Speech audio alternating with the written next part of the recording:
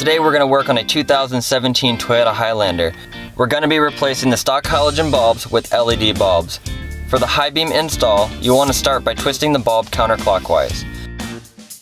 Disconnecting the wiring harness can be slightly tricky, so using a flathead screwdriver may make this process much easier.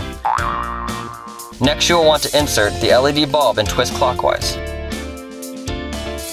Once the LED bulb has been inserted correctly, you will want to connect the stock wiring harness to the LED bulb.